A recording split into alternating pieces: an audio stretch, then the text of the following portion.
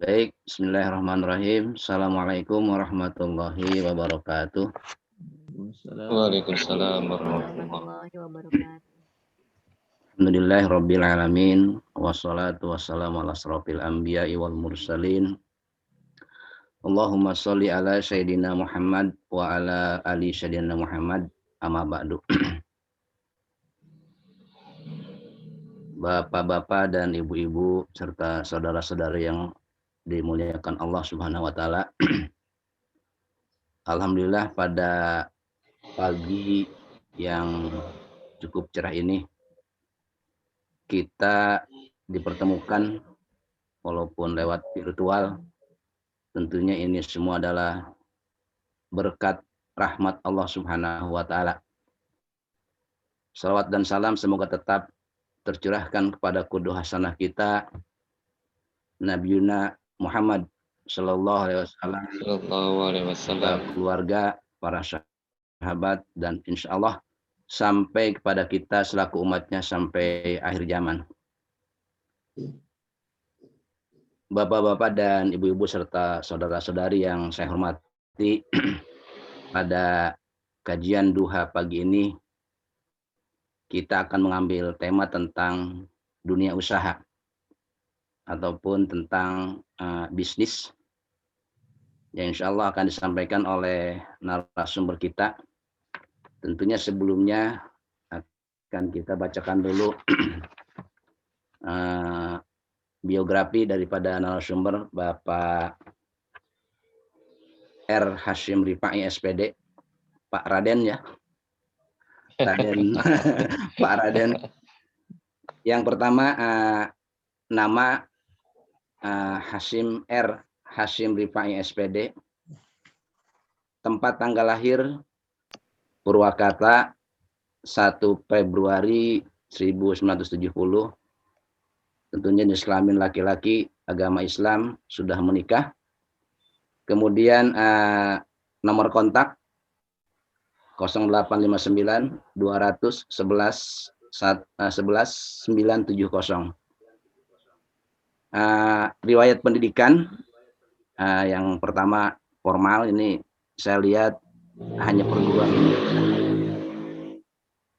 Dari mulai yang pertama D2, D3 ya, D3 di IKIP Bandung, jurusan seni budaya.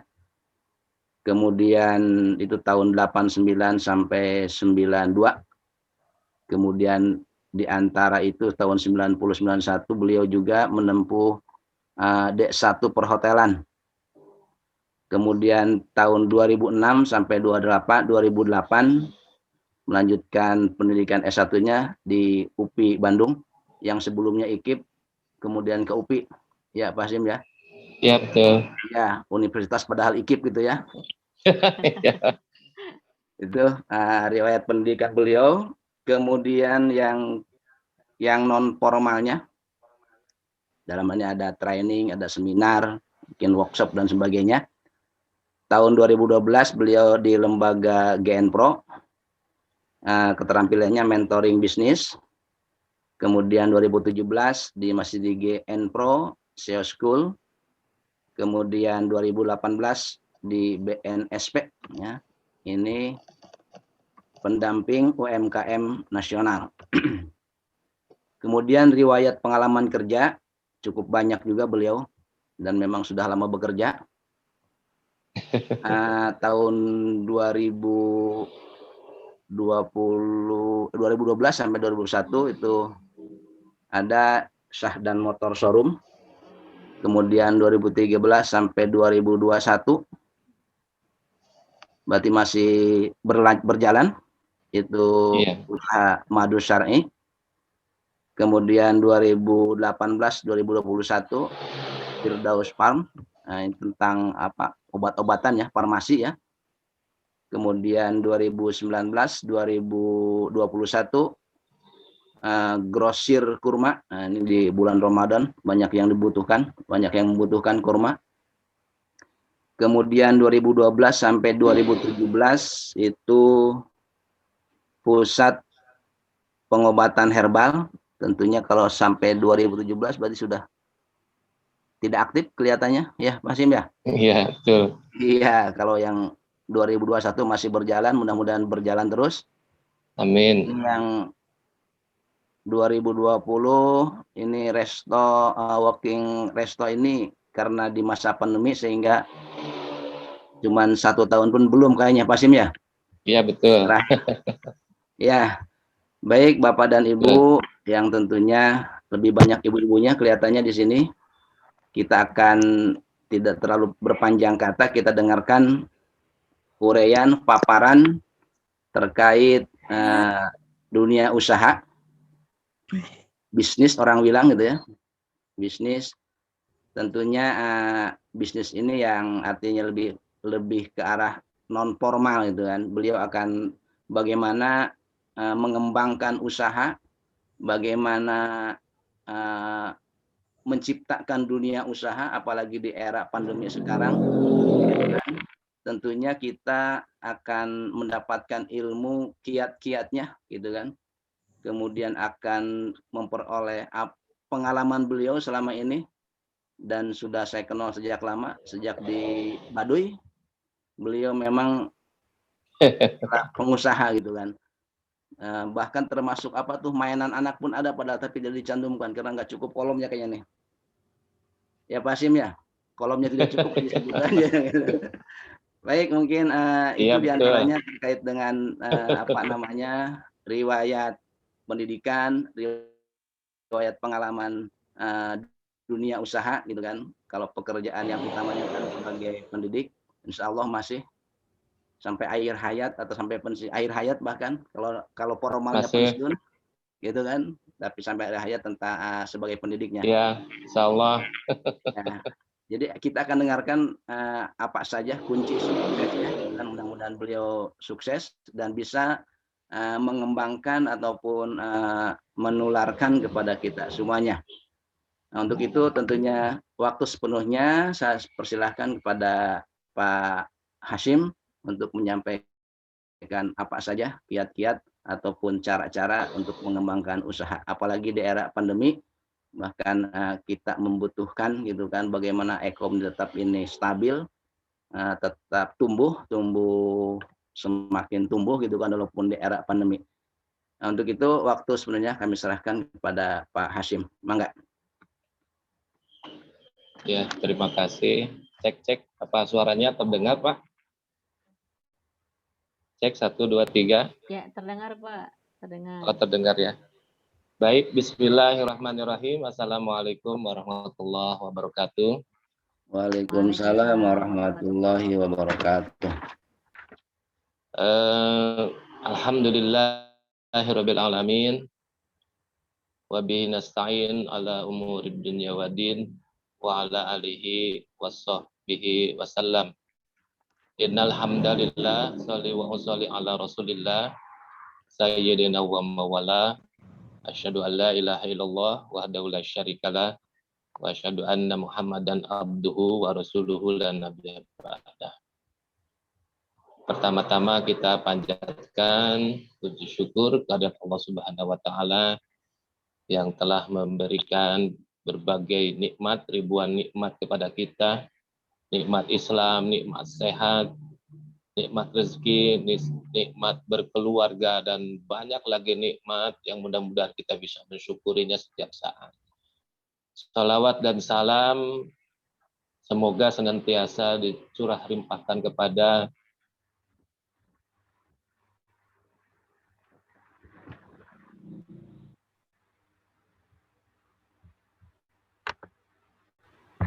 Ya, Pak Hasyim jaringan atau apa ini? Iya, Sepertinya lancar jaringan, Ibu Nia. Ya, sepertinya jaringan dari sananya dari Pak Hasyim.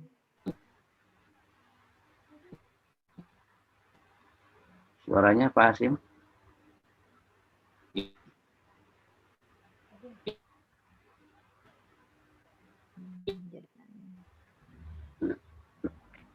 Jaringan di warung gunung sepertinya kurang bagus ya.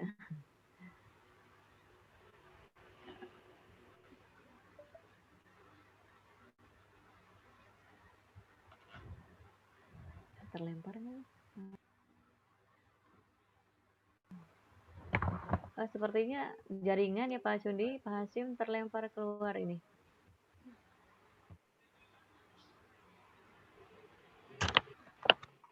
Bu Teti tolong dihubungi lagi Pak Hasyim untuk cari jaringan yang bagus, cari tempat.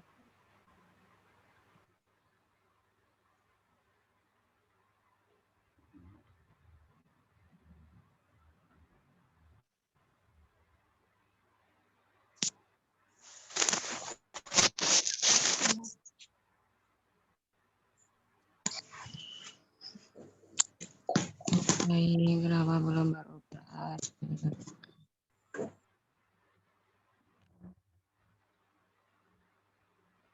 Kemana Pak Hasyim? Halo Pak Hasyim? Pak Hasyim terlempar keluar ya, suruh masuk lagi aja Pak. Ah, Jaringan mungkin sepertinya. sinyal ya? Ya, jaringannya. Gangguan sinyal kayaknya. Betul. Di telepon lagi aja Pak.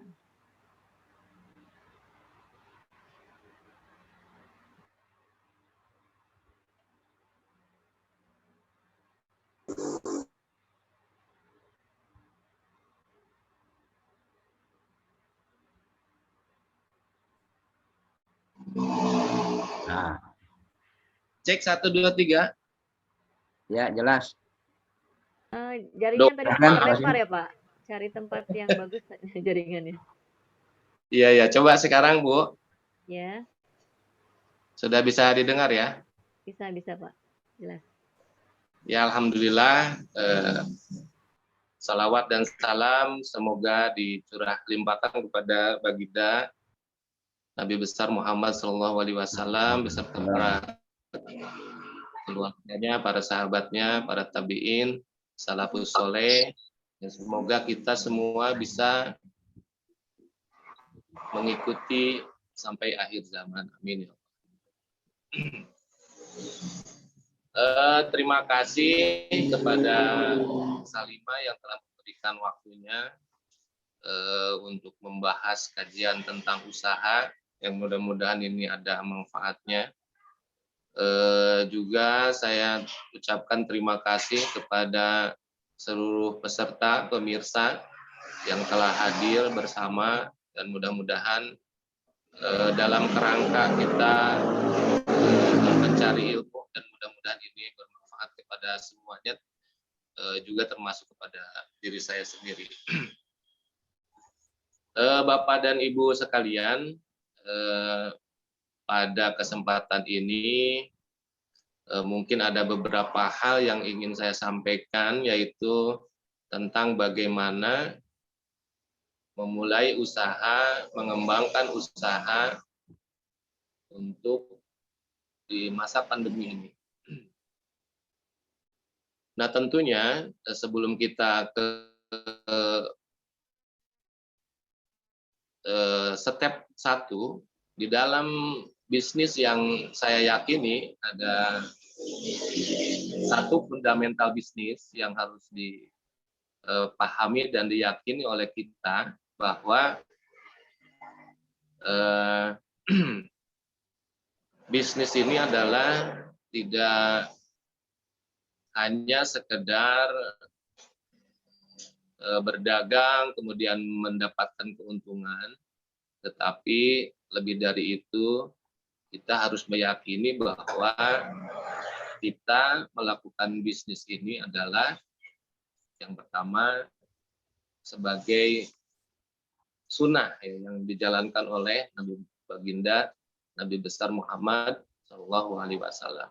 Dan mudah-mudahan kita bisa mengikuti jejak-jejak beliau, sebagaimana di dalam sirah dinyatakan bahwa baginda Rasulullah ini adalah seorang teladan yang baik dalam urusan berbisnis kala itu di Mekah, dan beliau sangat dipercaya oleh orang Mekah dan mendapat gelar Ar-Amin itu di umur 12, sehingga di umur 12 tahun itu beliau sudah melanglang buana ke luar negeri membawa dagangannya, barang dagangannya yang kemudian berkongsi dengan Siti Khadijah, dan akhirnya beliau menguasai perdagangan di Mekah Madinah dan di negara-negara yang lain. Dan kemudian beliau dengan Ibunda Siti Khadijah menjadi konglomerat kala itu ya. Dan di umur 25 tahun beliau menikahi baginda Rasulullah SAW, menikahi Siti Khadijah dengan memberikan mahar. Ada yang menyebutkan 100 ekor unta, ada yang menyebutkan 200 ekor unta. Jadi kira-kira kalau 10 dikali harga unta atau kita bandingkan dengan harga sapi di kita yang bagus, yang sedang, itu harganya sekitar 25 juta ya. Jadi 25 juta dikali 100 aja sudah 2,5 miliar kira-kira begitu ya. Nah, itulah mudah-mudahan menjadi fondasi kita di dalam usaha apapun profesi kita. Mudah-mudahan kita bisa melaksanakan sunnah ini seperti Bapak dan Ibu sekalian. Mungkin sudah ada yang jadi pegawai negeri, pegawai swasta, dan lain-lainnya. Mudah-mudahan bisa mengembangkan usahanya, begitu kira-kira. Baik. Nah, sekarang kita lanjutkan bagaimana sih memulai dan mengembangkan usaha. Next slide-nya. Nah, ini ada 7 kunci rahasia yang harus kita yang kita jalankan, yang kita lakukan untuk memulai bisnis dan kemudian mengembangkannya. Tentu saja fundamental bisnis yang tadi adalah sebagai fondasi dasar bahwa kita kaum muslim harus bangkit mulai usaha dari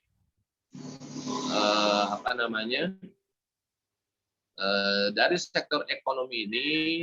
Tidak bisa kita pungkiri, terutama di Indonesia, bahwa kaum muslim walaupun dalam mayoritas, tetapi dalam segi bisnis, dalam segi usaha itu bukan kaum muslimin yang menjadi pionir, tetapi kaum non muslim. Dan mudah-mudahan dari dari kita akan muncul pengusaha-pengusaha tentu saja yang berhasil ya.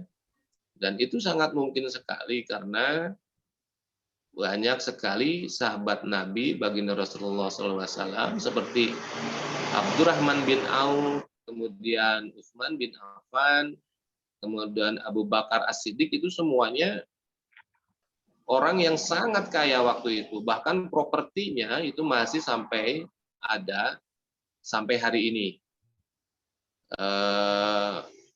Mereka, para sahabat Nabi itu demikian kayanya sampai Abdurrahman bin Auf itu mempunyai kalau di kita ini kan golok ya.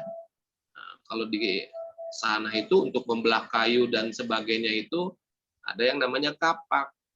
Nah, kapak Abdurrahman bin Auf ini waktu itu terbuat dari emas.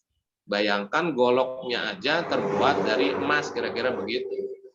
Nah, kenapa mereka ini bisa begitu kaya? Apakah sebelumnya juga sebagai orang kaya? Atau seperti apa? Kebanyakan dari para sahabat itu memang orang yang kaya sebelum beliau berkenalan dengan Islam, berkenalan dengan Rasulullah. Tetapi kekayaan itu jauh berlipat-lipat ketika beliau para sahabat itu mendapatkan ilmu dari Nabi besar Muhammad SAW. Dan mereka yang kaya luar biasa, asetnya itu sudah kalau sekarang mungkin triliun ya. Kalau Bill Gates, kemudian George Soros dan sebagainya itu dibandingkan dengan para sahabat itu jauh sekali. Asetnya itu jauh sekali. Cuman di kala era sekarang yang terkenal itu adalah dari kalangan non-muslim. Padahal para sahabat Nabi, para anbiya, para tabi'in dulu yang menyebarkan agama dari mulai Mekah ke Babilonia, kemudian ke Turki, kemudian sampai ke Eropa, itu adalah saudara-saudara para pengusaha yang membiayai pasukan-pasukan kaum muslimin sehingga dan sampai ke kita ya, sampai ke Indonesia dengan kerajaan Samudra Pasai yang pertama itu adalah putusan dari para sahabat Nabi Muhammad SAW. Baik, pemirsa, ada 7 kunci rahasia yang harus kita lakukan di dalam memulai bisnis dan untuk mengembangkannya. Yang pertama adalah, nah ini ada produk ya. Nah produk ini bisa produk sendiri atau bisa produk orang lain ya.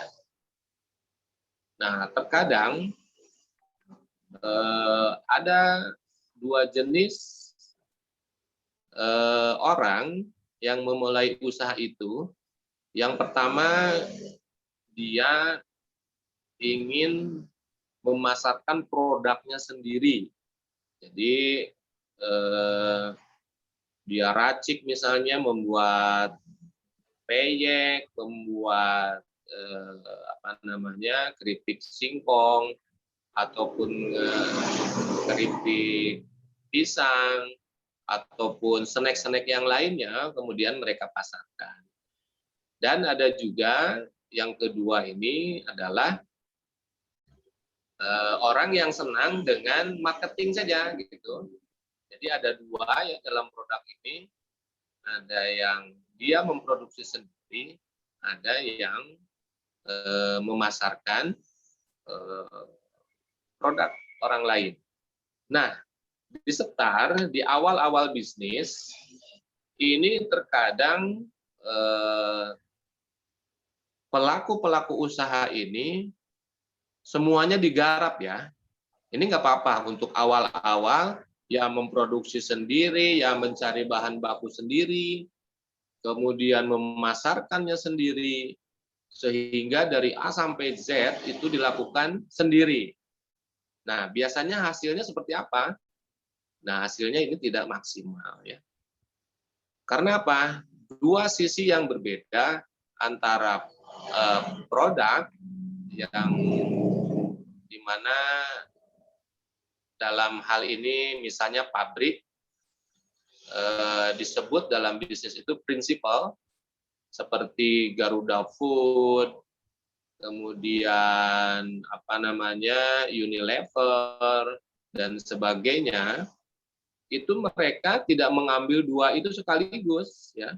Jadi mereka di prinsipal hanya memproduksi saja gitu. Hanya memproduksi saja, kemudian yang memasarkannya mereka ada perusahaan tersendiri. Biasanya kalau Garuda Food itu bekerja sama dengan distributor yang namanya Indomarko lah begitu kira-kira. Nah di kita kebanyakan ada juga pelaku usaha yang menjalankan semua produknya sendiri begitu ya. Nah, tetapi untuk di level di bawah 100 juta ini masih mungkin dilakukan ya. Tetapi untuk omset yang 100 juta ke atas per bulan itu harus segera dipisahkan. Mau di mana kita, apakah di produk, produksi, ataupun di marketing. Kalau kita sebagai seorang yang senang memproduksi, maka untuk distribusinya kita harus menggandeng partner lah kira-kira untuk mendistribusikan produk-produk kita ini harus mempunyai distributor, atau harus kalau yang 100 jutaan sampai 500 juta ini kita bisa menggarap reseller ya. Reseller biasanya di dunia online lah begitu kira-kira.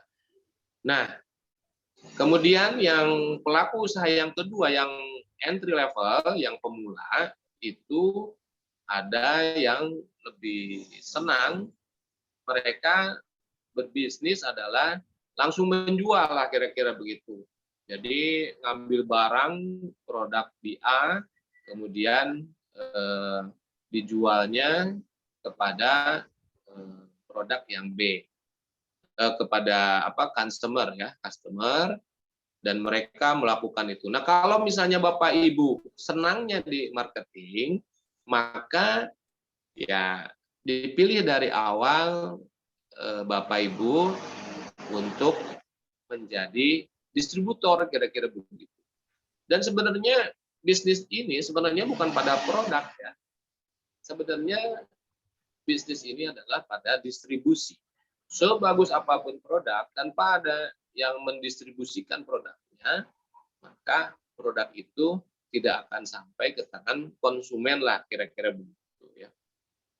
Nah, jadi siap-siap nih Bapak Ibu yang sekarang sudah memulai bisnis atau yang akan memulai bisnis ya.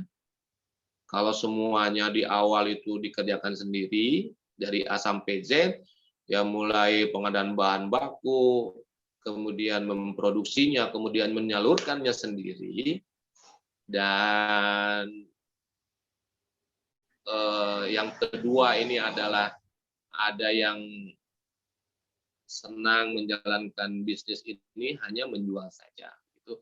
Nah, dari awal ini, kalau yang belum memulai usaha, nggak apa-apa, dijalankan saja, mau memproduksi, kemudian menyalurkannya sendiri, itu tidak masalah untuk di awal-awal.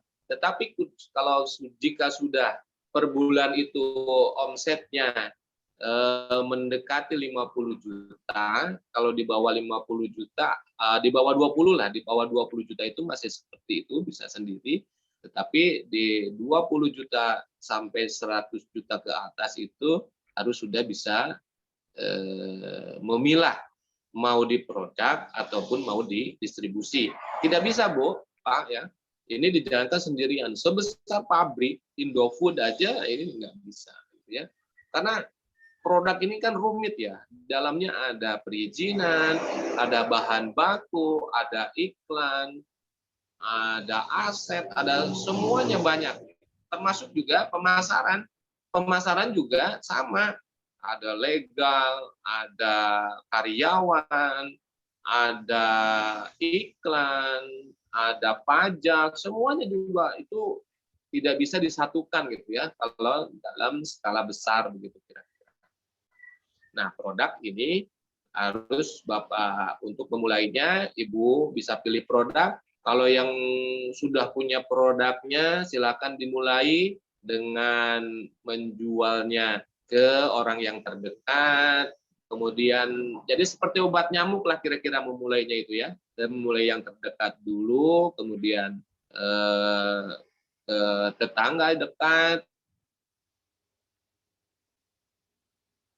kemudian kepada tetangga jauh, kemudian kepada teman-teman yang jauh, kira-kira begitu. Nanti akan kita ulas selanjutnya bagaimana cara mendistribusikan. Begitu kira-kira.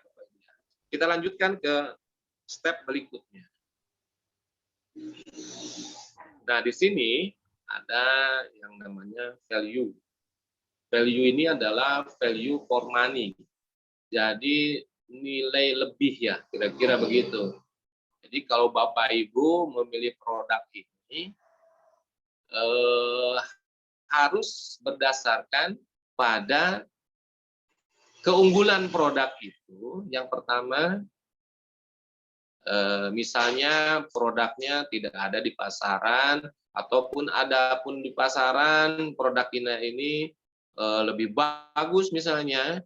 Kalau madu misalnya, produk yang punya saya ini lebih bagus daripada madu yang ada karena sanadnya jelas begitu, kemurniannya jelas, siapa yang mengambil madunya, dari mana madunya, sampai di tangan kita ini kita bisa kenalkan kepada konsumen bahwa madu kita ini mempunyai keunggulan 100% murni. Kenapa? Karena standarnya jelas ya.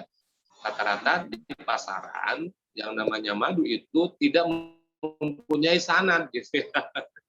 Jadi dari mana ini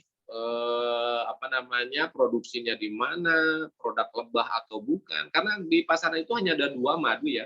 Madu asli produk lebah dan madu yang bukan madu gitu ya. Jadi buatan manusia seperti yang kemarin ada di berita di Tangerang, pabrik yang memproduksi madu palsu, madu sintetik. Ini yang namanya value. Ya, misalnya kerudung misalnya. Saya memproduksi kerudung misalnya. Nah, kerudung ini dibuat custom begitu kira-kira ya. Jadi antara kerudung yang 1, 2, 3, 4 sampai 100 sampai 200 itu bentuknya, gambarnya, background-nya segala macam tidak ada yang sama. Ini merupakan nilai tambah yang bisa kita tawarkan kepada konsumen. Ya. Jadi value for money ini sangat penting. Perbedaan keunggulan produk kita ini sangat penting ketika kita akan menjual suatu barang ya Bu ya. Jadi kalau misalnya ini produk yang sudah biasa, retail misalnya seperti gula,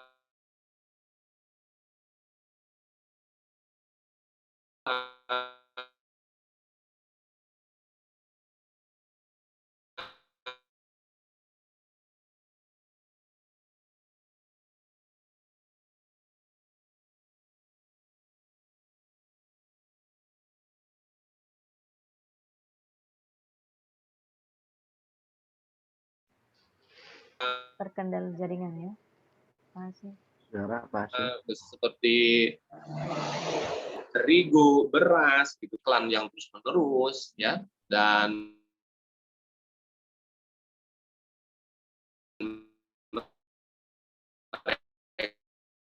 mereka menyatakan bahwa yang tidak murni ya hanya ada 2 saja, rafinasi dan non rafinasi begitu. Dan yang rafinasi ini sangat berbahaya, tidak bisa dikonsumsi langsung ya. Hati-hati Bu ya.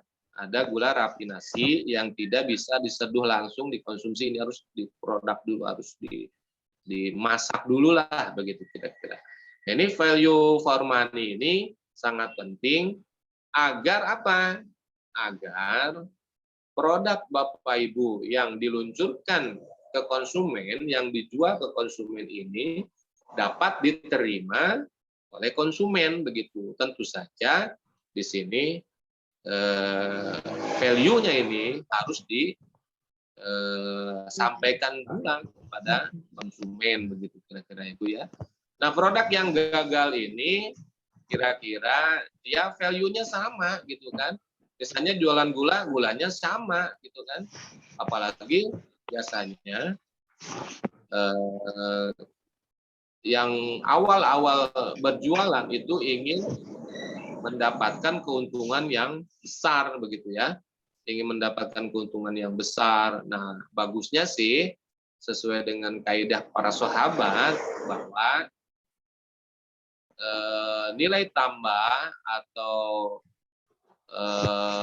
keuntungan lebih baik mendapatkan keuntungan 100.000 dari 100 orang daripada mendapatkan keuntungan 100.000 dari 1 orang kira-kira. Jadi ada nilai silaturahimnya, ada banyak sekali nilai yang kita raih ketika produk kita bisa dibeli oleh banyak orang ya. Nah, barangkali itu saja ya value. Jadi Bapak Ibu sekalian bisa memilihnya ya. Nah, kemudian yang ketiga ini adalah revenue ya. Revenue ini adalah apa saja sih yang bisa menghasilkan keuntungan dari produk yang awal itu. Ya. Misalnya, kalau kita ambil contoh, produk jasa biasanya ini ya. Produk jasa misalnya, produk ini kan ada jasa ya Bu ya, ada produk ya. Nah yang jasa misalnya, apa namanya, les privat untuk bimbingan belajar begitu ya. Di bimbingan belajar ini tentu saja selain dia perusahaan itu mendapatkan income dari pendaftaran para peserta, juga biasanya mereka membuat buku, kira-kira begitu. Nah bukunya ini juga jadi nilai tambah ya. Jadi revenue ini harus dikembangkan ya. Misalnya dari keripik pisang ya, kalau yang produk dari keripik pisang nilai tambahnya apa? Misalnya kulit pisangnya bisa dibuat apa namanya, produk yang lain lah begitu kira-kira ya. Jadi kulit pisang ini juga bisa menghasilkan, misalnya keripik singkong juga sama. Selain dia menghasilkan keripik singkongnya itu sendiri, dia juga bisa menghasilkan apa namanya Bu, tepung tapioka ya. Jadi revenue-nya ada beberapa, tepung tapioka-nya bisa dihasilkan.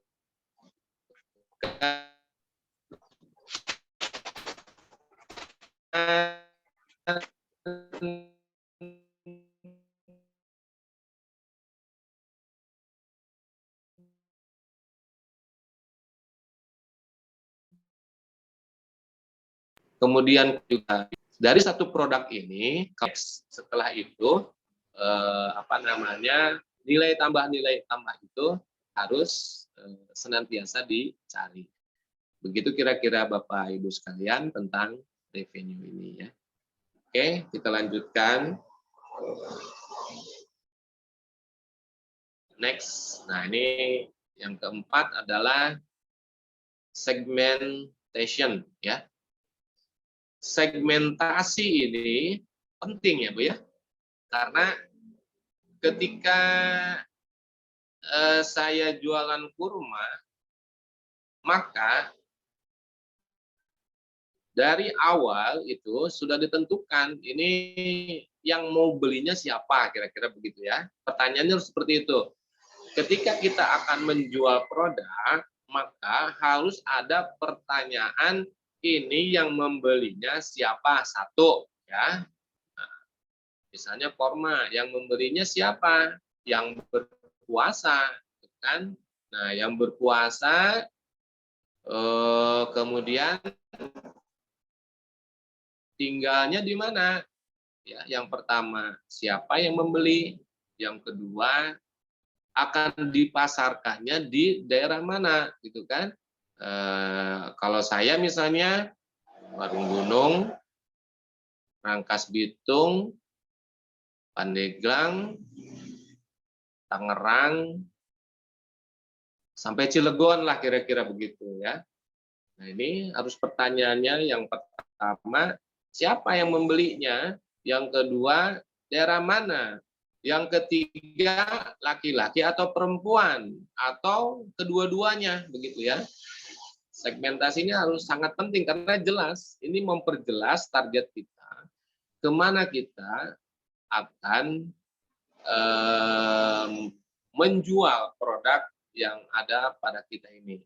Tanpa segmentation, tanpa ada segmentasi, maka yang pada akhirnya produk ini, produk Bapak Ibu sekalian, karena tidak tepat sasaran, maka nanti akan banyak stok yang menumpuk. Nah ini adalah satu kerugian ya. Untungnya 100.000, barang yang menumpuknya 500.000, kira-kira begitu. Itu rugi apa sangat rugi, Bu? sangat rugi ya.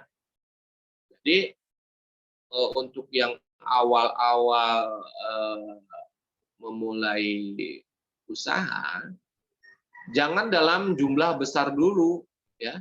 Jadi coba-cobalah kalau misalnya jualan kurma, beli 2 atau 3 kilo, atau misalnya dengan kemasan yang sudah ada, yang setengah kilo ataupun yang 1 kilo, maksimal 5 kilo. Atau maksimal 2 kilo dulu, habis, kemudian beli lagi, habis, beli lagi, seperti itu ya. Nah, kecuali kalau kita sudah punya data tentang konsumen ya, langganan-langganan kita setiap tahun, kita sudah bisa mengukur ya. Jadi berapa ton kita kira-kira menjual kurma pada setiap tahunnya gitu ya. Karena kecenderungannya kurma ini meningkat penjualan dan peminatan masyarakat kepada kurma ini tidak ada turun ya, jadi senantiasa naik. Cuman ini kurma ini biasanya akan dibeli oleh kalangan masyarakat middle up ya. Jadi mid up ini adalah segmentasi di masyarakat ya. Jadi ada middle up, ada yang menengah ke bawah, ada yang menengah ke atas ya. Jadi yang pertama tadi, siapa yang membelinya, dari kalangan mana, dari strata sosial yang mana, menengah ke bawah atau menengah ke atas. Nah, ini penting untuk menentukan harga ya. Kemudian juga lokasi untuk pemasarannya di mana, kemudian umurnya berapa nih yang akan membeli produk kita. Kemarin saya coba selama beberapa bulan meluncurkan produk dimsum, kemudian berbagai macam kopi ya, kemudian ada tom yum dan sebagainya.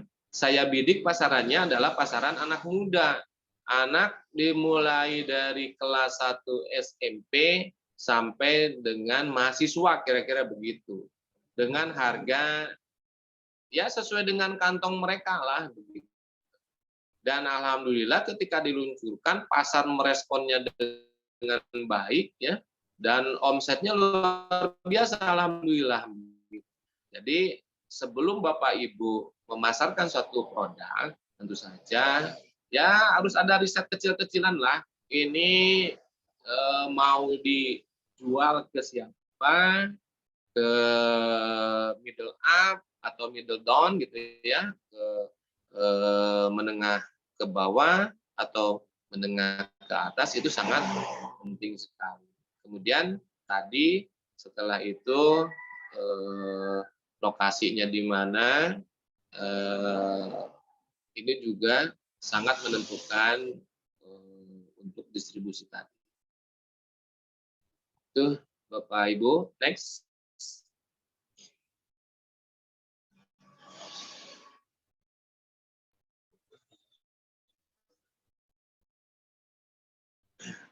Nah, ini yang step yang berikutnya setelah kita mengadakan pemilihan, memilah-milihan lah gitu kan, pemilih-milihan siapa saja yang akan kita pasarkan. Nah, ini langkah kelima adalah relationship. Nah, ini penting, ini sangat penting. Relasi kita dalam berbisnis ini adalah hal yang sangat penting. Jadi Bapak Ibu, kalau berbisnis sendirian saja ini akan baku hantam sendiri ya, dan ini capek luar biasa ya. Nah, disinilah kita memerlukan relationship. Nah, relationship ini adalah channel kita mau dijual di mana, kita ini apakah nanti platformnya adalah reseller, kita akan memperbanyak reseller, atau bisa kita jual di channel-channel marketplace, misalnya di Bukalapak atau jual beli Rangkas Bitung atau di Shopee ataupun di mana, ini termasuk relasian kita, ya. Ini tentu saja untuk mencari relasi ini modalnya apa Bapak Ibu? Nah, modalnya adalah silaturahim. Ternyata Nabi Muhammad, Nabi kita Shallallahu Alaihi Wasallam mensunahkan bahwa kita harus menjalin silaturahim. Di antaranya silaturahim ini akan memanjangkan umur, menambah rezeki. Kira-kira begitu ya. Jadi kalau kitanya nggak bisa, Bu, sendirian bisnis itu nggak bisa. Bapak dan Ibu kalau sendirian aja, nanti yang mau mulai berbisnis, ya, mulai dengan keempat hal yang tadi, kemudian mencari relasi, ya. Relasi ini sangat penting, ya. Produk saya ini sampai dijual ke Bandung, ya, ke Bandung, kemudian Cilegon, Serang, Pandeglang, ya, kira-kira begitu. Dengan relasi itu, ya. Tentu saja mencari relasi itu banyak, ya. Jadi yang sangat gampang adalah misalnya kita menghubungi teman kita, alumni SMA,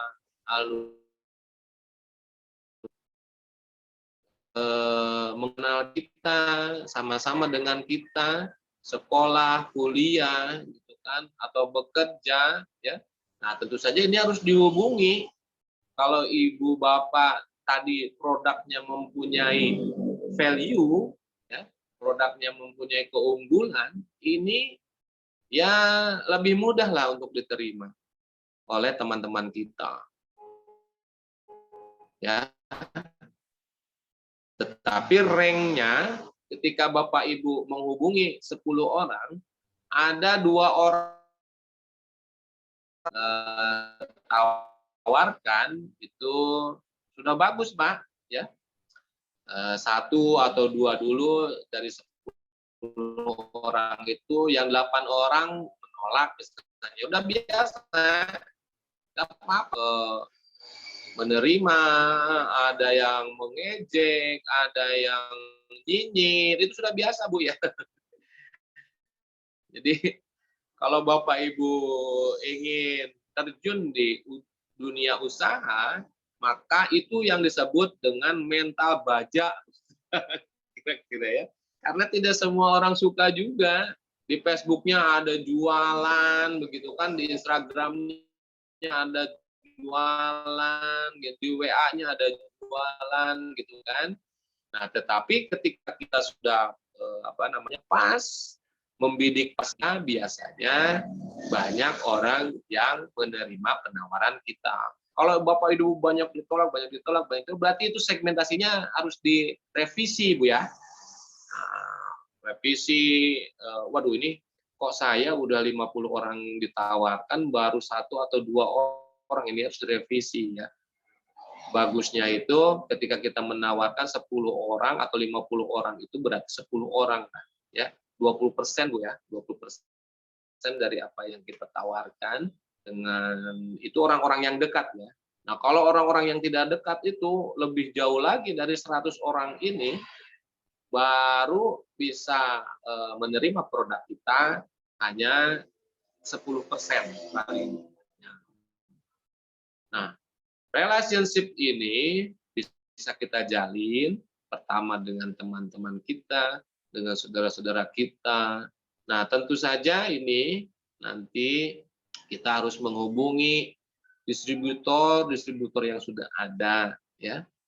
Nah, ini nanti akan ada kajian yang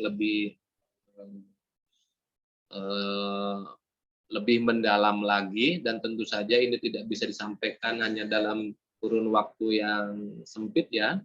Jadi bagaimana cara mencari distributor, bagaimana cara packaging, ya, bagaimana cara membuat packaging yang murah, gitu kan, tetapi bagus hasilnya, ya.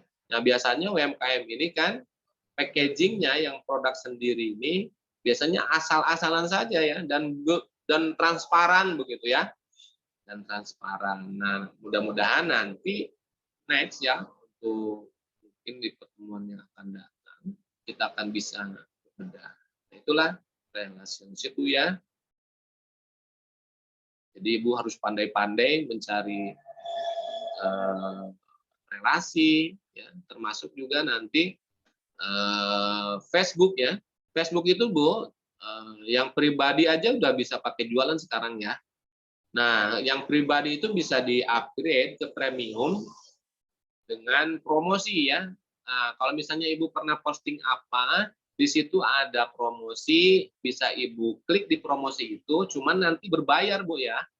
Nah, bayarannya itu kalau dulu itu saya 10.000 per hari mulai, ya, sampai tidak terbatas, ya. Bahkan ada yang mengeluarkan biaya di Facebook, namanya Facebook Ad, ya, khusus untuk jualan, itu ada yang sampai 100 juta per hari, karena memang keuntungannya bisa 200 juta per hari. Omsetnya, ya, keuntungannya bisa 100 juta lebih, begitu kira-kira. Nah, ini di Facebook Ad ini bisa di-linkkan dengan WA, bisa di-linkkan dengan Instagram, ya. Tetapi sebelum kita masuk ke Facebook Ads, nah ini ada rangkaian juga yang harus kita kuasai, termasuk desain, ya. Karena yang bisnis online itu mengandalkan visual, ya. Bahkan kita harus membuat video, kan, membuat video tentang produk kita, gitu kan, membuat foto-foto yang bagus. Jadi fotonya juga tidak boleh asal-asalan, ya. Bagus, harus eye-catching, ya, harus kelihatan sangat bagus. Ini akan menimbulkan minat dari para pemirsa di Facebook. Nah, di Facebook Ad itu, nah, itu lebih mudah nanti kita akan memasarkan di mana, karena di situ ada mode-nya, ada mode pilihannya. Kita mau memasarkan di mana, di Jakarta, di Tangerang, di Belanda, di Prancis, di Inggris, di seluruh dunia, dalam Facebook Ad yang bayar. Jadi relasi-relasi itu sangat banyak dan harus senantiasa kita jaga. Baik, next. Nah, ini yang keenam, Bu, adalah sebelum action, Bu, mohon maaf. Nah, ini resources, ya. Resources ini adalah sumber daya yang harus dimiliki oleh kita sebagai pengusaha, oleh kita sebagai penjual, oleh kita sebagai prinsipal atau sebagai yang memproduksi produk, ya. Nah, sumber daya ini kalau misalnya kita memproduksi, ya, berarti sumber dayanya yang harus disiapkan apa, Bu? Nah, ini penting, kan? Pertama, bahan baku, misalnya dari mana bahan bakunya kalau kita produksi, ya. Kemudian mesin produksinya seperti apa, berapa harganya, bahan baku berapa harganya, kan begitu. Nah, setelah itu sumber daya manusianya. Misalnya kalau kita sudah meningkat, tentu kita harus punya karyawan. Karyawannya seperti apa, ya, umurnya berapa, kriterianya seperti apa, dan jumlah upahnya berapa dan dengan cara apa, itu harus satu-satu untuk resources ini. Sumber daya sangat menentukan untuk keberhasilan suatu produk gitu ya. Jadi nanti ketika produk kita ini sudah berkontainer-kontainer, maka banyak sekali problem yang harus kita pecahkan di produk ini, mulai dari bahan baku ya. Nah, bahan baku yang paling mudah ya untuk produksi adalah produk pertanian, karena ini bisa cepat diperbarui dan sumber-sumbernya kita banyak ya, seperti potato, seperti kentang, kemudian singkong, ubi, gitu kan, pisang. Ini banyak sekali di kita ya sumber daya yang untuk menjalankan usaha. Kalau di luar negeri, Bu, bikin seperti itu sangat sulit ya. Kalau di kita melimpah ruah, Bapak Ibu mau usaha apa saja yang berhubungan dengan pertanian itu masih bisa dicari ya bahannya. Misalnya singkong di daerah kita banyaknya di mana, Bu? Di Bogor ya. Kalau misalnya jahe, jahe kita ini sangat sulit dan harganya sangat mahal. Biasanya kita mendatangkan dari Sumatera ya. Terakhir saya mendatangkan jahe dari Riau ya, dari Kepulauan Riau. Ya masih sesulit-sulitnya produk pertanian itu masih bisa dicari. Jadi sumber daya yang harus disiapkan ketika kita menentukan untuk memproduksi suatu barang, maka itu tadi yang sudah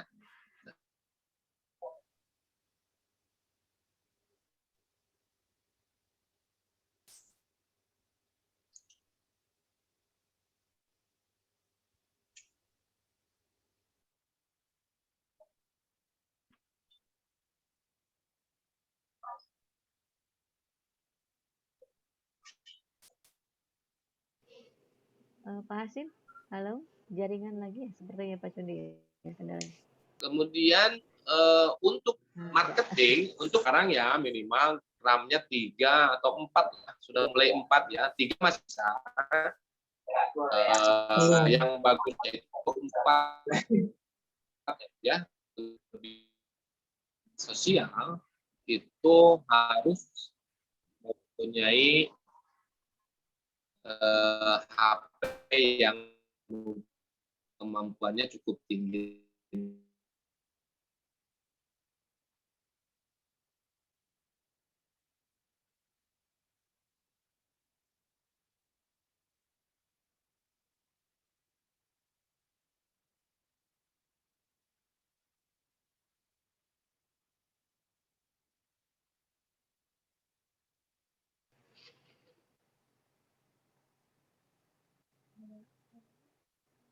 Halo.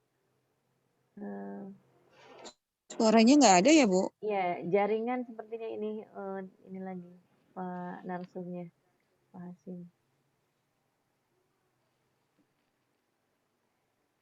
Pak Cudi tolong dihubungi Pak Hasimnya lagi.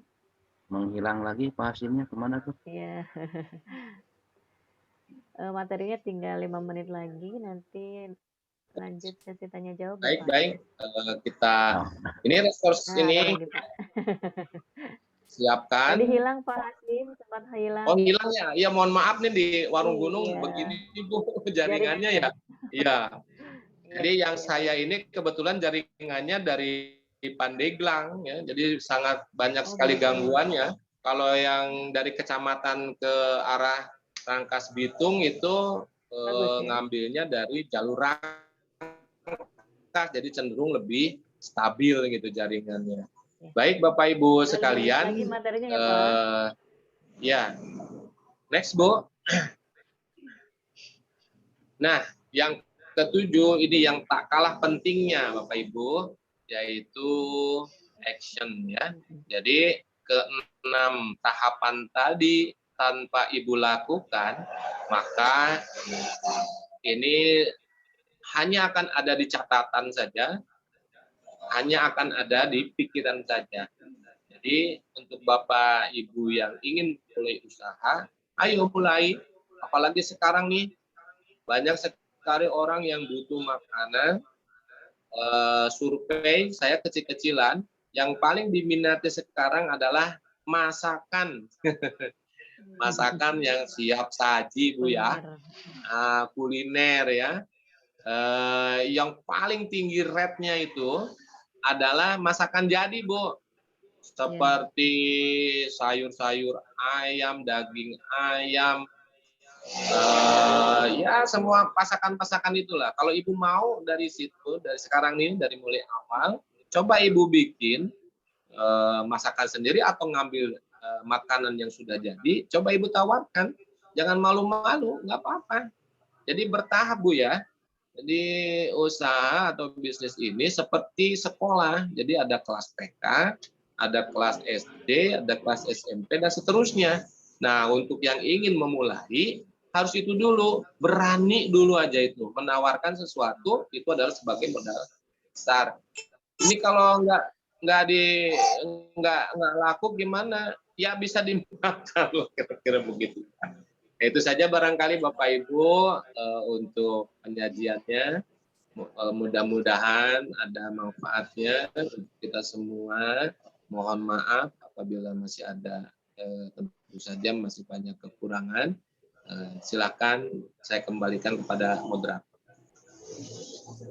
Baik, terima kasih kepada Pak Hasyim yang sudah menyampaikan paparannya tentang bagaimana memulai dunia usaha. Tentunya ibu-ibu mungkin masih ada ya bapak juga ya, masih ada bapak-bapaknya ingin memulai dunia usaha tentunya. Yang jelas memang yang pertama tadi ada 7 kunci rahasia ya. Tapi ternyata sekarang tidak lagi rahasia Pak Hasyim ya, karena sudah disampaikan gitu kan. Ada 7 kunci rahasia terkait dengan usaha, gitu kan, dengan usaha. Yang jelas memang kalau kita perhatikan dari paparan tadi adalah bahwa yang namanya usaha tentu adalah adanya produk, ya kan? Kita mungkin kita memaklumi bahwa produk ini ada produk dalam bentuk barang dan jasa ya. Jadi sudah disampaikan oleh Pak Hasyim, jadi mana yang barang dan mana yang jasa. Kemudian langkah-langkahnya juga beliau sampaikan cukup rinci, cukup jelas gitu kan. Dan memang pada akhirnya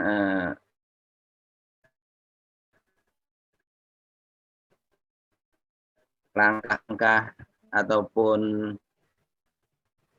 kunci ini yang ada usaha itu kan.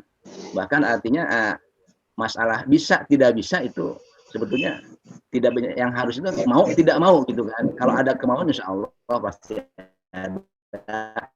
ada jalan gitu kan.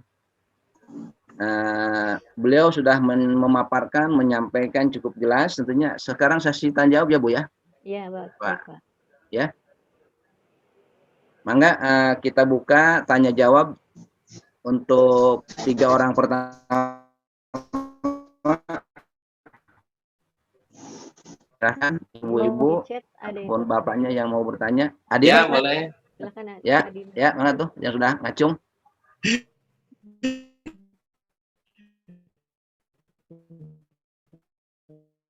Waalaikumsalam warahmatullahi wabarakatuh. Mangga Bu.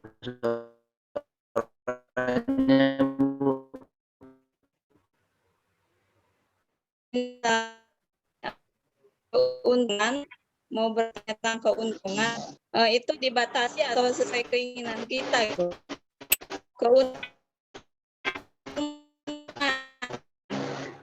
Keuntungan barangnya, ngambil keuntungannya berapa persen atau sesuai keinginan kita. Mau langsung itu Bu? Jelas? Pertanyaannya Halo? ya cukup jelas Bu ya? Mau langsung Pak Hasim apa nunggu 2 lagi? Bisa langsung aja ya. Ya, enggak, tentang persentase keuntungan barang yang kita jual, yang kita produk atau yang kita dagangkan, baik yang di produk sendiri ataupun memasarkan barang orang. Silakan Pak Hasim. Kalau produk Bu, ada yang namanya HPP ya, harga pokok produksi gitu kira-kira ya. Nah, Ibu harus membandingkan dengan produk yang sudah ada Bu ya. Nah, keuntungan itu bisa didapat dengan membandingkan harga produk yang sudah ada. Gitu. Kalau value-nya sama, maka Ibu harus menjual produk misalnya kerudung ya. Kerudung yang Ibu tawarkan, yang Ibu produksi, value-nya sama dengan yang sudah ada dan harga di pasaran 25.000 ya. Maka Ibu harus menjualnya di harga 25.000. Nah, keuntungannya berapa untuk ke 25.000 itu tergantung Ibu kalau memproduksi berapa biaya produksinya. Kalau misalnya Ibu mengambil dari orang lain atau membeli dari orang lain, tentunya harus mencari distributor yang paling murah gitu kira-kira ya. Kalau keuntungan harus di compare dengan produk yang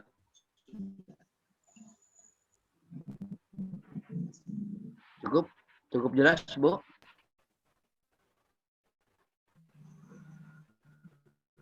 Apa mau penjelasan? Baik, berikutnya. Ada atau dari chat Bu. Ya, di chat ada Bu Nur Hasanah, silahkan.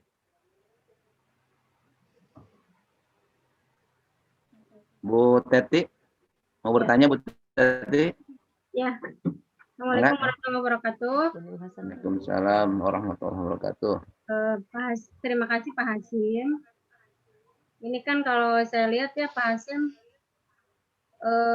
usahanya berbagai tipe ya, berbagai dari mulai teh dan motor, ada madu gitu ya, makanan,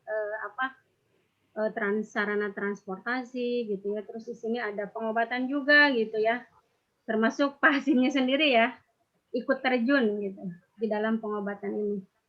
Nah, dari semua yang sudah Pak Hasim lakukan, bisnis mana gitu yang lebih mudah dan menjanjikan gitu ke depannya dari semua ini. Terus apakah dari terutama untuk ini ya Syahdan Motor Showroom ini menyewakan juga ya kalau nggak salah. Ini pernah nggak gitu? Misalnya ada orang ternyata dia tidak mengembalikan gitu atau tidak membayar dan lain sebagainya. Intinya dari semua yang sudah diusahakan, termasuk kalau nggak salah Pak Hasim itu bikin taman juga ya. Oh iya. Di sini nggak disebutkan ya. Apa ya? Firdaus Farm ya? Apa tuh? Taman namanya apa ya? Firdaus Farm. Saya belum pernah ke sana. Ya. Saya belum pernah ke sana. Nah, ini dari semua ini gitu ya. Tadi terus kendala-kendala apa ya? Ya entah kerugian, entah itu mungkin karena dari penipuan ataupun apa dan lain sebagainya gitu. Punten tolong bisa di-sharingkan ke kita di sini gitu ya Pak. Mungkin itu aja Pak Hasim. Terima kasih. Assalamualaikum warahmatullahi wabarakatuh. Waalaikumsalam warahmatullahi wabarakatuh. Baik Ibu. Jadi kalau yang paling mudah itu Ibu terjun di retail saja dulu Bu ya. Di retail, gula pasir, sembako lah kira-kira itu lebih mudah. Cuman permasalahannya Ibu harus mencari distributor yang mempunyai harga yang paling rendah lah kira-kira begitu.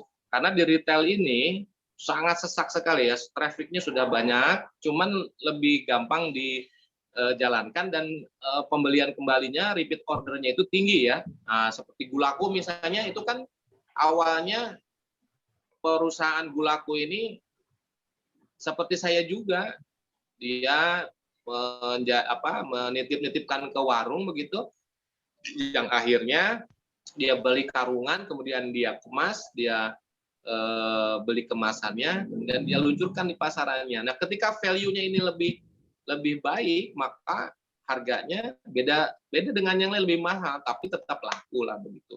Nah, kalau yang untuk menyewakan mobil, ini kita harus punya sistem, Bu ya. Misalnya saya menyewakan mobil, itu pertama yang tidak kenal itu harus ada KK ya Bu ya. Tanpa KK, KTP tidak bisa menyewa mobil, dan orang yang tidak dikenal itu tidak bisa lepas kunci lah, kira-kira sistemnya begitu. Kecuali kalau teman-teman yang sudah dikenal atau sudah 3 kali lepas kunci, ada SOP-nya. Nah, kalau untuk itu di masa pandemi ini justru sangat omsetnya sangat turun ya Bu ya. Dari per bulan bisa sampai 100 juta, kalau sekarang untuk di angka 10 juta aja udah ngos-ngosan. Jadi ya itulah bisnis ya, tidak senantiasa banyak omsetnya, tetapi ada banyak sekali ada kalanya kita juga rugi ya. Nah, itu sudah biasa. Jadi yang namanya usaha itu jangan siap untung saja Bu ya, tapi kadang-kadang rugi. Tetapi dengan menjalankan 7 step itu, nah itu akan meminimalisir kerugian lah, kira-kira begitu di awal. Terima kasih. Pak Cundi, ada Ibu Nurul Hasanah dari Cipanas. Beliau izin bertanya. Bu Nurul mau langsung atau mau di chat? Silakan Bu Nurul Hasanah.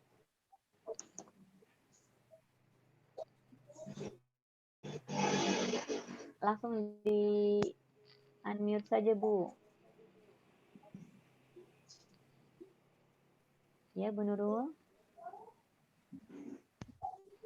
Kalau belum ada, langsung yang chat selanjutnya Ibu Ili. Pak Cundi, boleh mau dibacakan Pak Cundi atau bagaimana? Di chat.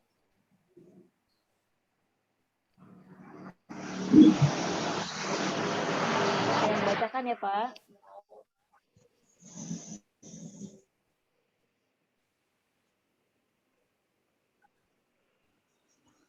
Dari Ibu Ili Susilawati. Assalamualaikum. Jika kita melakukan promosi di FB bersponsor yang tadi dikatakan biaya minimal 10.000 per hari sampai tidak terbatas, karena keterbatasan budget yang kita miliki, apakah bisa langganan promosi hanya dalam jangka waktu tertentu saja, misal 1 bulan atau 3 bulan? Bagaimana cara menghentikan promosi berlangganan tersebut? Silakan Pak Hasyim. Baik, di ads itu biasanya ada paket ya Bu ya, ada paket bahkan kalau dulu itu ada yang 1 hari, kalau nggak salah yang sekarang 3 hari. Itu dulu yang taman bunga saya di ads itu tidak banyak juga, dulu hanya 5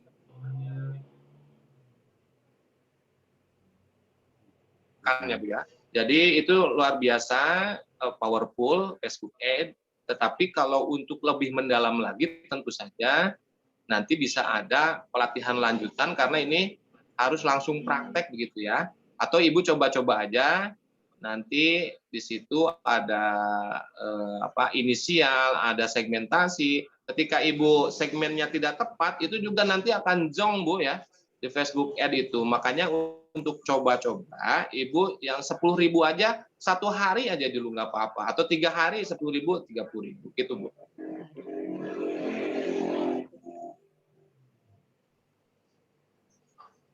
Sudah jelas Ibu Ili jawabannya? Baik, dari yang lain. Di chat ada Pak Cundi, silahkan dibuka di chat. Ada dari Ibu Wana. Di bawah.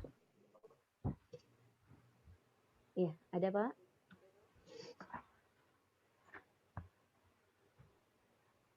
Maka Pak Hasyim, yang itu bagaimana memupuk mental baja? Dikasih apa tuh pupuknya? Harus ke Krakatau Steel ini. Ya, mental itu sebenarnya kan kemauan Bu ya, dengan kemauan yang keras kemampuan yang tinggi. Jadi yang Ibu pupuk itu bukan mentalnya Bu ya, tapi kemauannya. Dengan apa ya? Saya melatih semua anak-anak saya itu supaya dia punya keinginan, punya kemauan lah begitu kira-kira. Ini di depan rumah sedang jualan lala ya, sedang jualan apa namanya capcin 5 ribuan begitu kan. Bagaimana saya melatih memupuk itu dengan cara yaitu memulai ya jualan kurma, nitip di warung-warung begitu kan, ya dengan tidak sungkan-sungkan lah gitu, tidak ada malu, tidak ada gengsi gitu ya, karena memang hambatannya itu adalah itu Bu, hambatannya itu adalah gengsi ya. Anak-anak zaman sekarang ini lebih sukanya itu selfie di tempat mewah dan segala macamnya. Ya itu kan yang ditiru siapa kan gitu. Kalau saya mencontohkan ke anak saya itu ya jualan, saya ajak bagaimana menitipkan kurma di warung-warung, bagaimana caranya menjual es, bagaimana caranya menjalankan bisnis ini. Saya semua libatkan dan akhirnya mereka memilih sendiri-sendiri ya. Yang Sadan sudah memegang travel, tour dan travelnya sudah dipegang oleh anak saya yang sulung. Kemudian di bidang perbengkelan sudah dipegang oleh anak saya yang kedua Iki. Kemudian yang di kuliner ini sudah dipegang oleh anak saya yang nomor 3 ya. Jadi bisnis yang saya lakukan selama ini adalah untuk melatih Bu, untuk melatih anak-anak saya. Bagaimana caranya? Ya dilatih Bu setiap hari oleh Ibu atau enggak setiap hari lah. Coba aja dulu latih menawarkan ini. Terima kasih. Baik. Masih ada Ibu Rusmi mau bertanya? Ya, izin bertanya Pak Hasim. Mohon maaf ini tidak ya. Assalamualaikum warahmatullahi wabarakatuh. Waalaikumsalam warahmatullahi wabarakatuh. Yang akan saya tanyakan tadi kan subhanallah ya Pak Hasim tuh bisnisnya banyak sekali gitu. Berbagai macam produk yang dijual di sini. Saya pernah ikut itu Pak Hasim seminar atau webinar terkait tentang bisnis. Nah, salah satu materinya itu dari pemateri menitik beratkan bahwa kunci keberhasilan bisnis ini adalah untuk di satu produk. Fokus pada satu produk. Kalau fokus nanti akan maksimal katanya. Nah, ini kalau menurut Pak Hasim sendiri seperti apa ini Pak Hasim? Kalau menyimak ya dari awal kalau video itu kan subhanallah gitu ya. Keren banget gitu, berbagai macam produk Pak Hasim semuanya ada gitu. Kayak palu gada gitu. Tanya gula ada, semua ada. Mau tanya lagi ada gitu, serba ada gitu. Subhanallah gitu. Nah, ini bagaimana dengan tadi pertanyaan saya gitu. Jadi kuncinya katanya kata pemateri saat itu maksimal hasilnya. Itu saja Pak Hasim. Terima kasih. Assalamualaikum warahmatullahi wabarakatuh. Salam. Baik Ibu. Betul sekali Bu. Jadi materi kunci keberhasilan ini adalah fokus ya. Jadi fokus itu bukan satu, fokus itu bisa 1, 2, 3, 4 gitulah kira-kira Bu ya. Cuman untuk menyelesaikannya harus satu-satu begitu Bu ya. Satu usaha diselesaikan sampai mendapat margin yang tepat, bagaimana cara pendistribusiannya dan segala macamnya.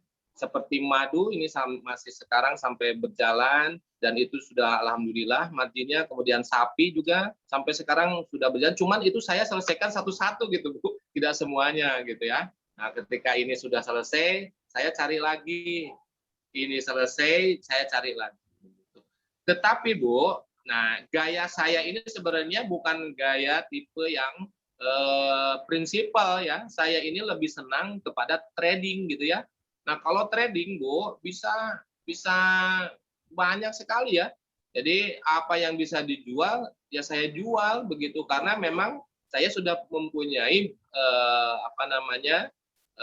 daftar referensi konsumen yang loyal, konsumen yang kenal dengan saya, yang percaya dengan saya. Akhirnya mereka pada membeli begitu, Bu. Saya tawarkan sapi, yang membelinya juga masih relawan rekan-rekanan juga. Yang membeli golok juga sama, dari mulai Cilegon, Serang, Tangerang juga itu sama, Bu. Jadi konsumennya sama seperti itu. Dan karena saya memberikan kepercayaan kepada mereka dan mereka puas begitu dengan produk-produk yang saya berikan, walaupun produk itu ada juga yang produk saya sendiri seperti madu ataupun produk yang lain seperti kurma begitu, atau sapi lah kira-kira begitu ya Bu. Jadi diselesaikannya tetap harus fokus satu-satu. Terima kasih. Baik, gimana pembawa acara? Apa nanya? Sudah cukup jelas? Cukup Pak Hasim, baik. Terima kasih. Bu Nurul Hasanah sudah masuk lagi. Baik, Ibu-ibu, pembawa acara masih ada waktu untuk pertanyaan? Ya, atau ada Bu Nurul Hasanah sudah masuk lagi, Pak. Silakan Bu Nurul Hasanah bertanya langsung, Ibu. Kurang jelas Bu suaranya, Bu. Ibu Nurul Hasanah tadi mau bertanya. Silahkan kalau mau bertanya, boleh langsung bertanya, Ibu. Ya, langsung boleh, langsung. Ada Bu Nurul Hasanah?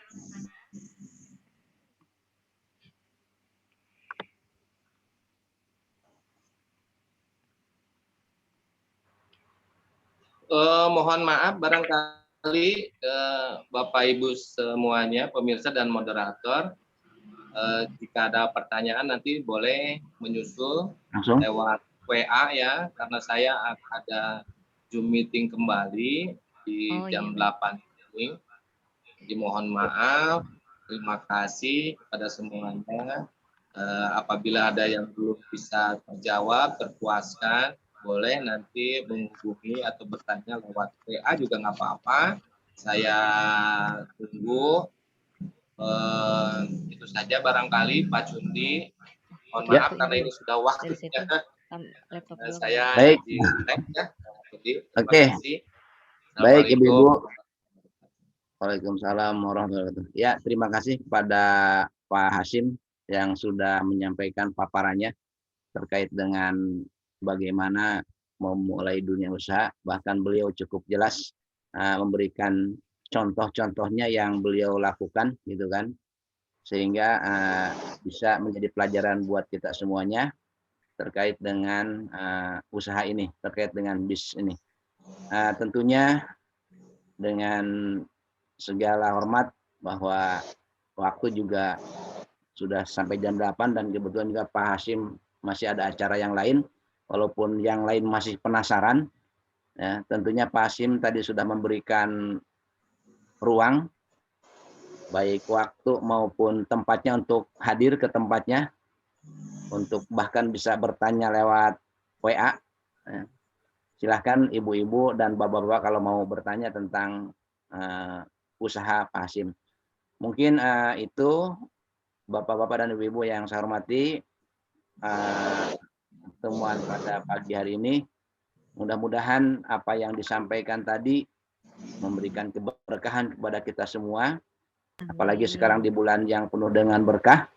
Tentunya saya selaku moderator menyampaikan mohon maaf yang sebesar-besarnya, tentunya juga mengucapkan banyak terima kasih kepada ibu-ibu yang sudah banyak berpartisipasi gitu kan.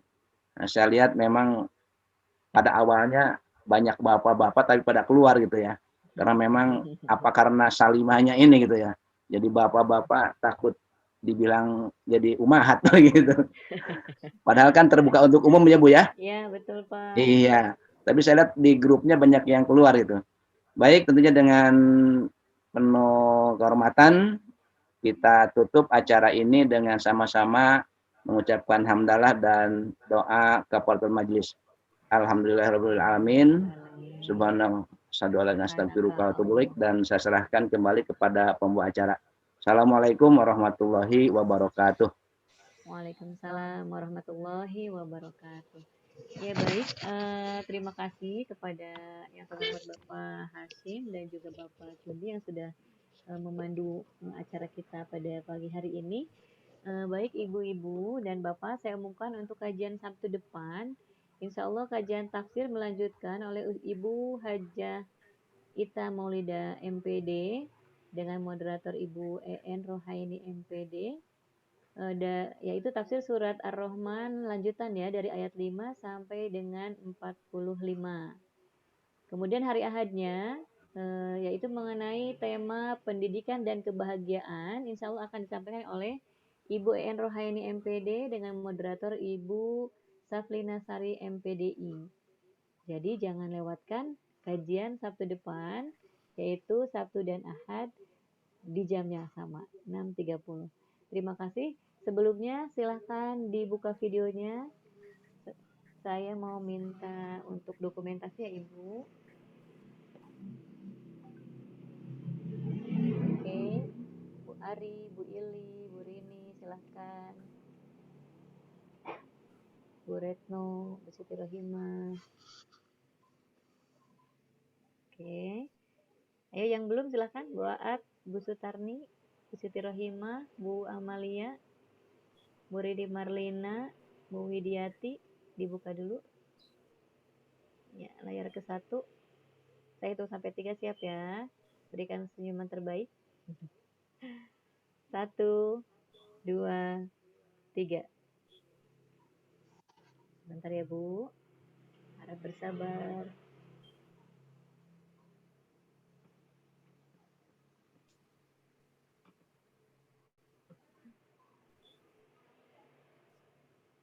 Sebentar.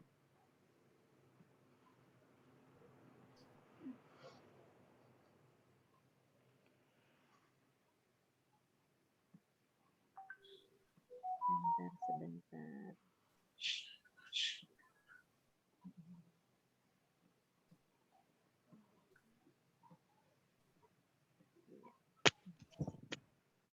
Sebentar ya Ibu. Nambah sedikit. Ya, selanjutnya layar kedua.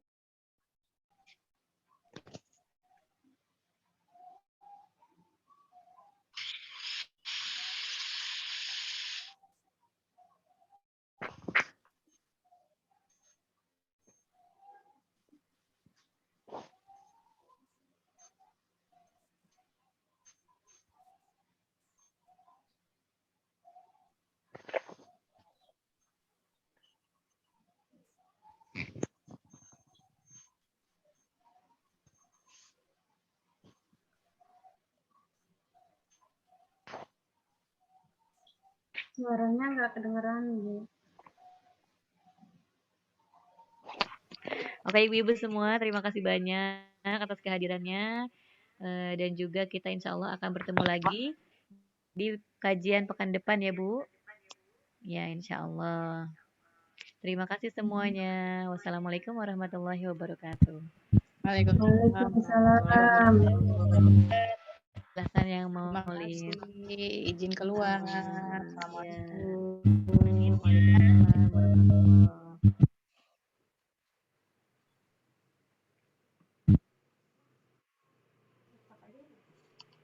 Ya.